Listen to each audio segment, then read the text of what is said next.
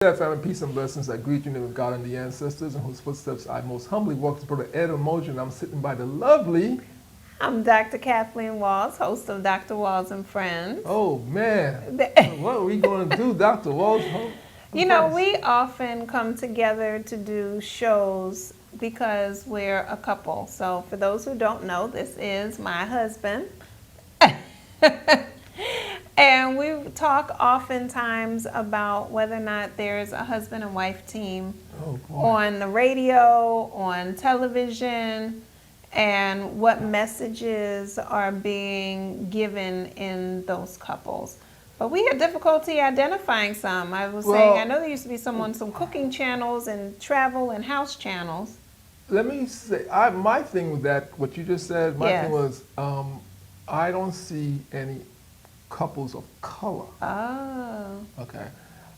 I've seen other couples on TV, but not of color. Yes. And that was disturbing. That is disturbing. Now, there might be someone streaming and stuff like that, but if you don't have those channels, you're not going to see it. You don't know. You don't know. So there might be one out there in the streaming universe. Yes. But we don't see it. And so we started talking about, well, what couples of color have hosted shows, and you went way back. And who would you pick up? Well, we go way back.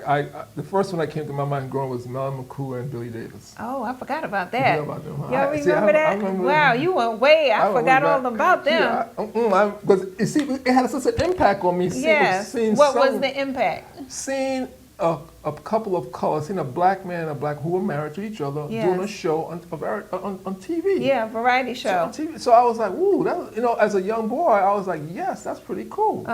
But we don't see that. Okay. On regular TV, I don't know. Yeah, it's been 30, 40 years at least. or longer. You see like a morning TV, so you see like Michael Strahan and the lady, but they're not married. Right.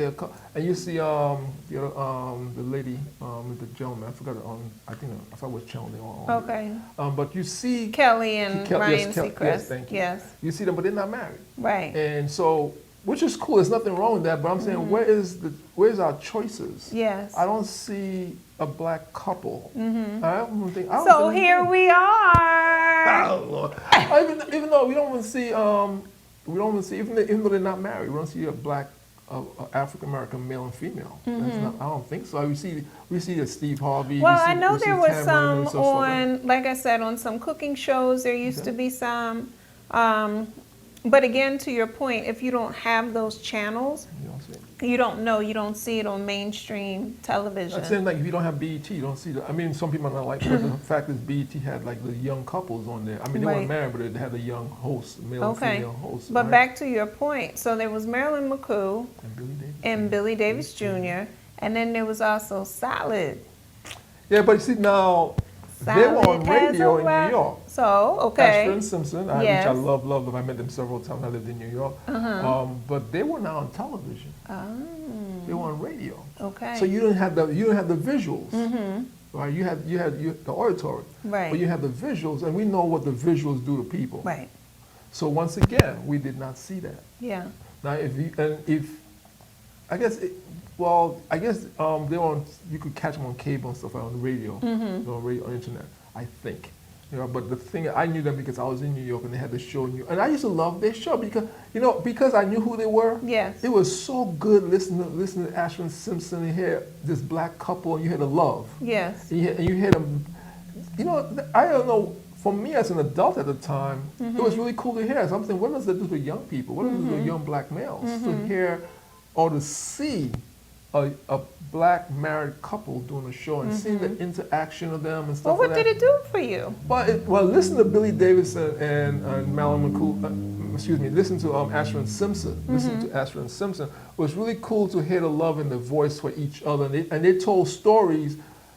It was a black experience. Okay. Right? Because they were telling stories. One that you could connect to. I could connect to because they were African Americans like me. Yeah. I'm like, and they could say stuff like that. I was like, yeah, that's really cool. Listen to how a black couple is dealing with it. Okay. Because let's be real, our experience is very unique to us. Yes, it is. Same way like other people's experience is very unique to their culture. For sure. So we don't see it or hear it. It's like, does it exist? You know, it's interesting. I was actually talking with some kids today, and they're at that age where they're starting to date and have romantic feelings, and you know, kind of that age. Many times that parents go, "Oh no, Follow the baseball right, bat. exactly, Where's my daughter?" right." And so, you know, they began asking me all types of questions, and the questions were so good. Like, what's a prenup? And it was like, okay. And what do you do when a boy wants to have sex or talks about having sex all the time? And what do you do when someone breaks up with you? And then, of course, I love this one. What do you do when you like somebody's vibe at first, but after a couple months... Are these college kids? Wait, this is what I'm saying. Exactly. And they said man figure, which of course made me giggle. But it was like, okay, this is a larger conversation that we need to have. We need more time to flesh this out. But this is on your 13-year-old mind, which is developmentally correct. Right. But it's developmentally correct because their brain has moved to a space where they're thinking about the future more. They can think more abstractly. They can think about their adult life. And so these are the questions that they have, and they want to get clarity because they're planning for their future, and they want to plan with proper information. So I bring that up and bring it into our conversation now because they're looking for role models. They're looking for wisdom sources. Not just any answer, they're looking for truthful answers where they can guide themselves to having a successful life. And who can they turn to have these conversations? Because many times when they're little like that, they're considered little, number one. They're often told they don't know what love is as their emotions are blooming. And they do know what love is to an extent. Right? They watch content? So, well, that becomes the question. What content are they watching? Many times they're watching things within their homes and neighborhoods that sometimes aren't the healthiest of things to be watching. And sometimes it is, right? So you get the full gamut. But then at that age, many times they're pulling away from family with this quest for greater independence. And so they're looking outwardly, meaning they're looking at media sources. And now there's so many media sources for them to hundreds learn from. And the question becomes, what are they learning? And if they don't have any fact checkers to go to, then they may start to imitate some of what they're seeing. And we know that all content is not positive. So, again, back to your point about having couples of color for them to turn to model behavior, all of that, words of wisdom. You said that, and when I first came to this country back in the 60s, I knew a little bit about karate. And let me say this too, and it's not that they can't learn from other couples, right? Because you can learn quality from anyone. From anyone, yeah. Right, from anything. But sometimes people may be more likely to start in one place than another place. And being able to at least give them that option. That's it. When I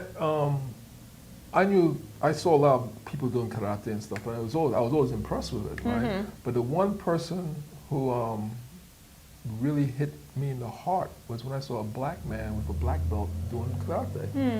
And his name is Jumba, but he was a firefighter in New York City. Okay.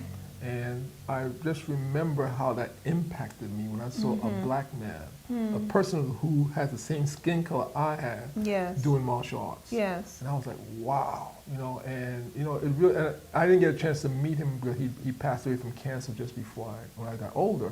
But I just remember what that impact that had on me. Okay. Even though I had a whole bunch of other people who were not of color doing martial arts, which I totally respected, and I loved what they were doing and stuff like that. But when I saw that guy doing karate, I was like, wow, a black guy with a black belt. Cool. Now they had a whole bunch of them, and then you had a whole lot of them. Was he on a leaf? That's karate, not kung fu. Oh, okay, my bad. All right.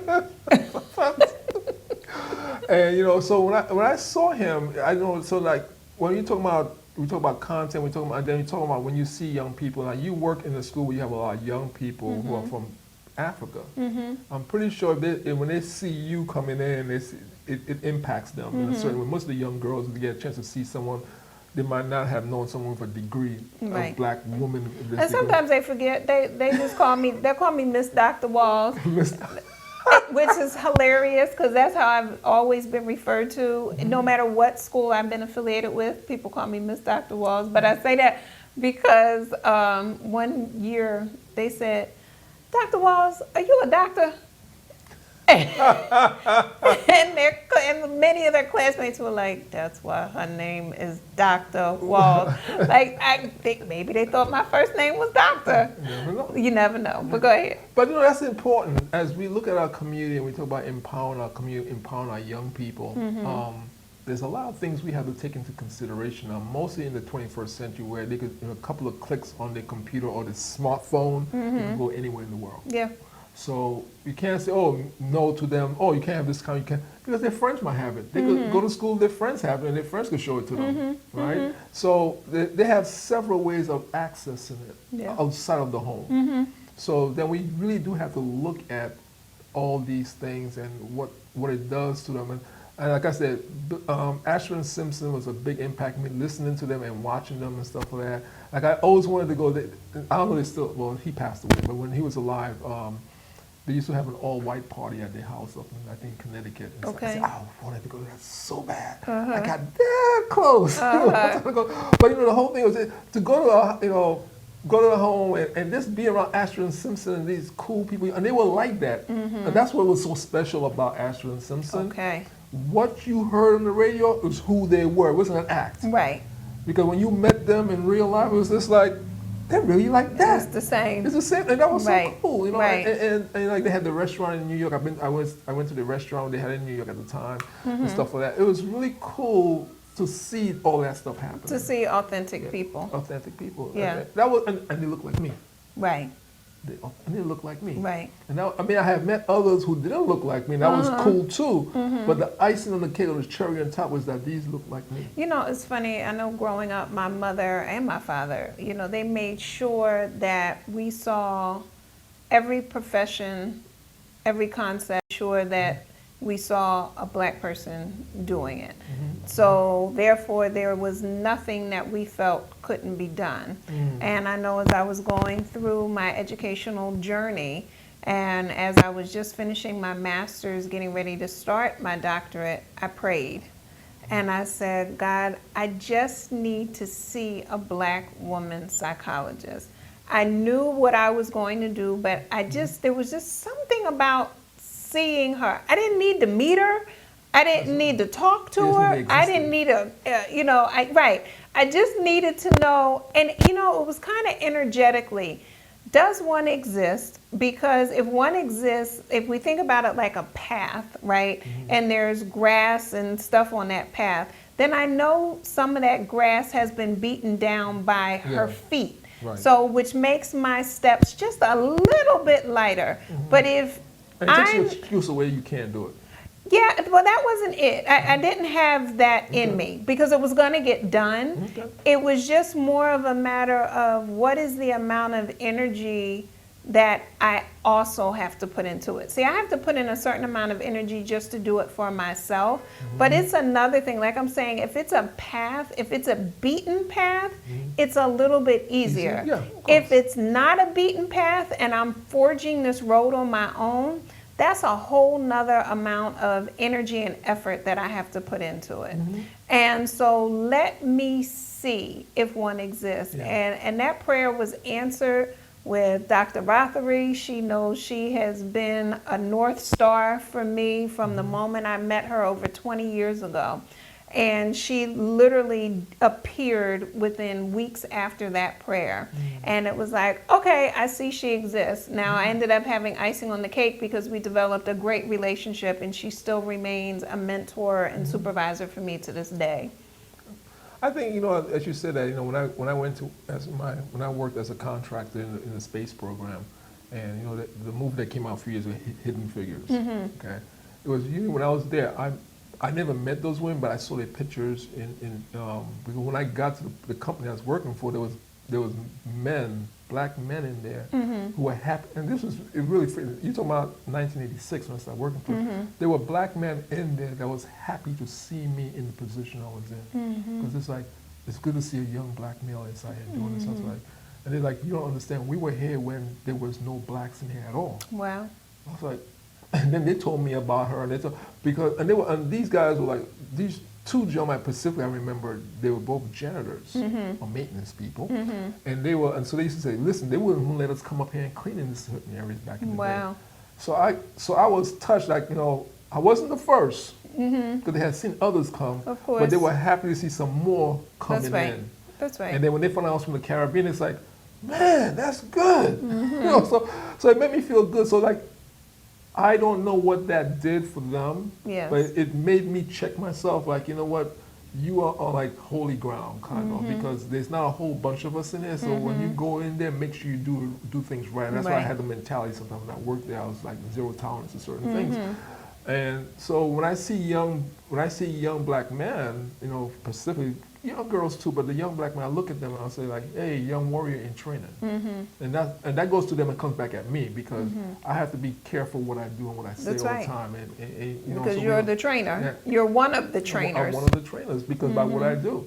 And so even like, you know, even now, there's people who know me and they know I don't drink and I don't smoke and stuff like that. So they say, oh, Ed don't do that.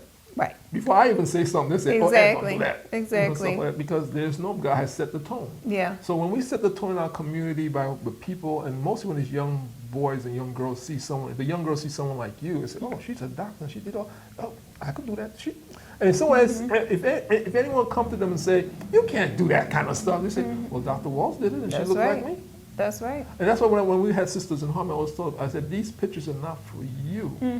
They're for the young people who someone might be telling them they can't do it. Right. Or there's no one who will look like them. Right. And then so once they see you, they can identify, they can say, well, she did it, she's doing it, I could do it too. And that's so important in our community right now. Yeah. So, and in the 21st century, we shouldn't be talking about this in the 21st century, but we are. We have to. And we have the opportunity to change it so that they're not talking about it in future centuries. Yeah, because now with the internet and stuff, you have developing countries where these young kids don't see that.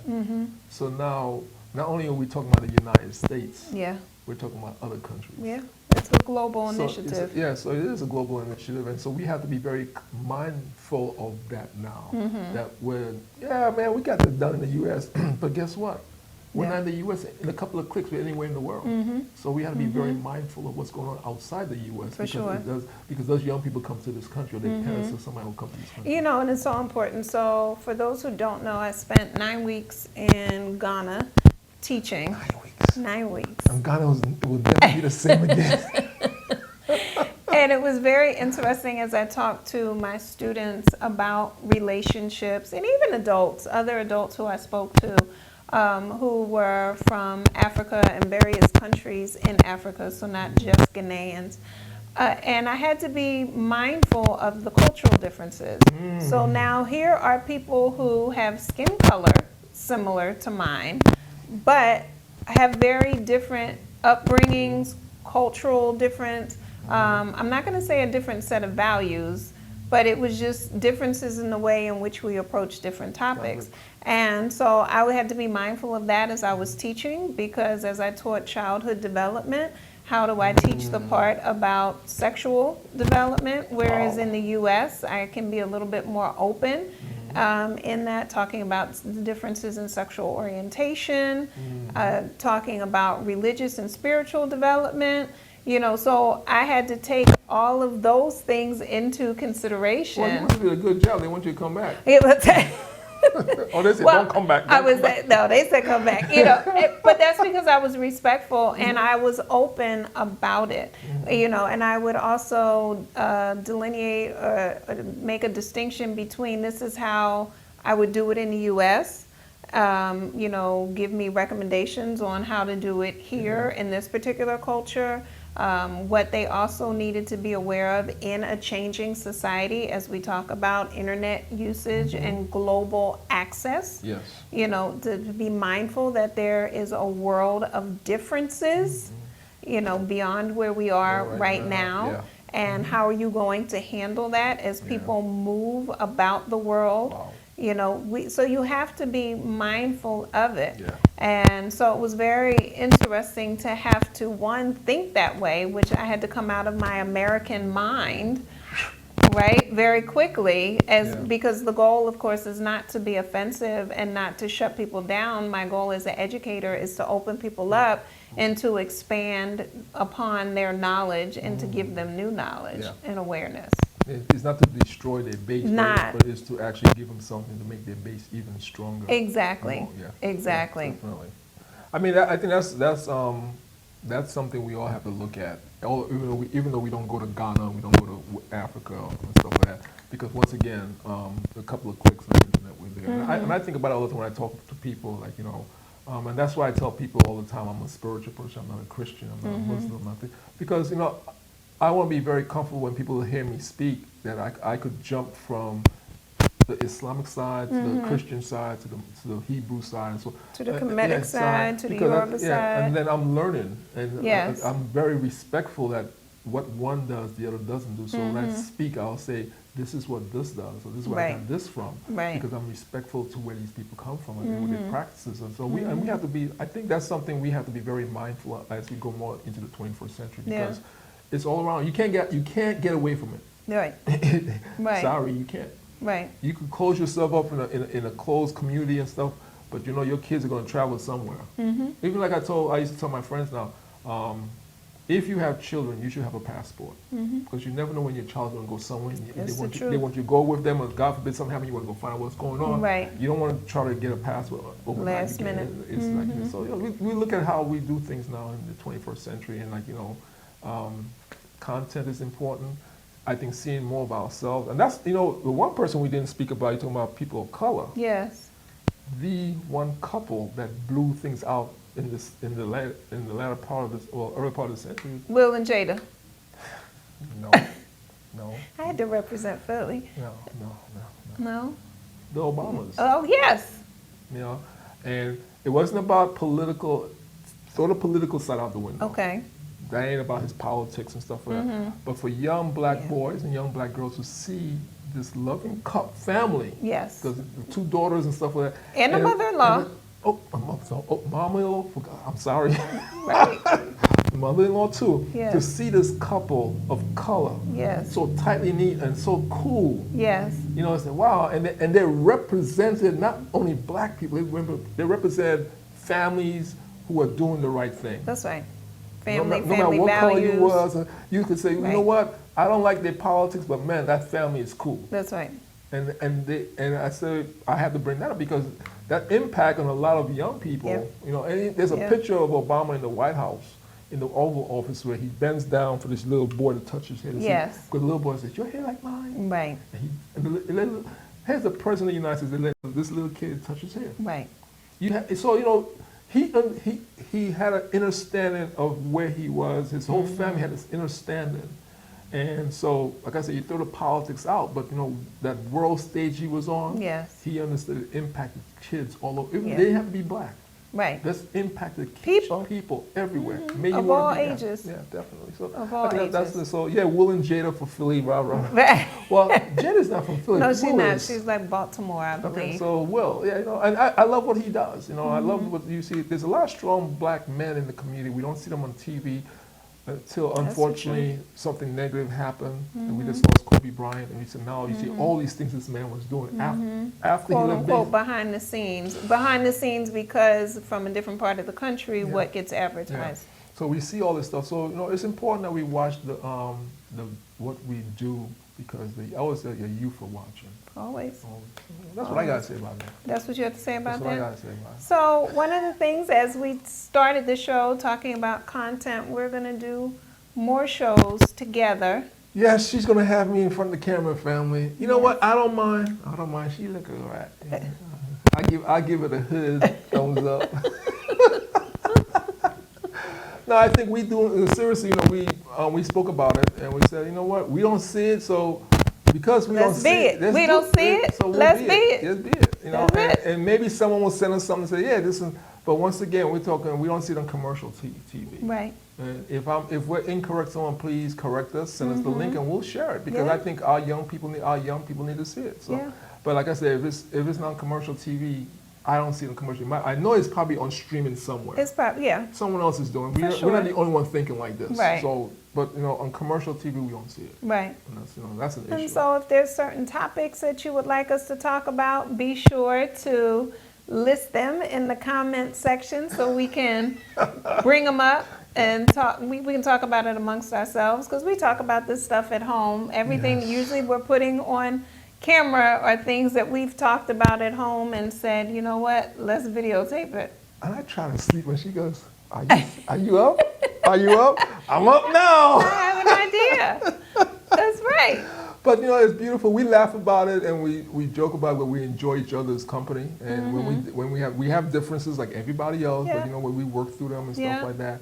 I think that's important that young people see this, and that's why we're doing it. And we'll talk about that. How do we work through differences? And the unique thing we didn't talk about, not only this, we have a couple of color. Yes. Is that she's American-born. Yeah. Person of color. I'm a Caribbean-born person of color. We come together. We work very well together. So we have that dynamics also playing those differences playing into it. Culture-wise, I went back and forth to the Caribbean a lot. With family and stuff like that. A lot of my stuff I do Caribbean-based. Yes. She's more American-based. But the thing is, we find the common angles and we make it work. So that's another part of what we do. Yes. Yeah. So we'll talk about that. We'll talk about that. All right. So we'll see you again real soon. Hasta la vista. She's going to be poking me tonight or something. Love you guys. God bless, and we'll see you on the other side. All right.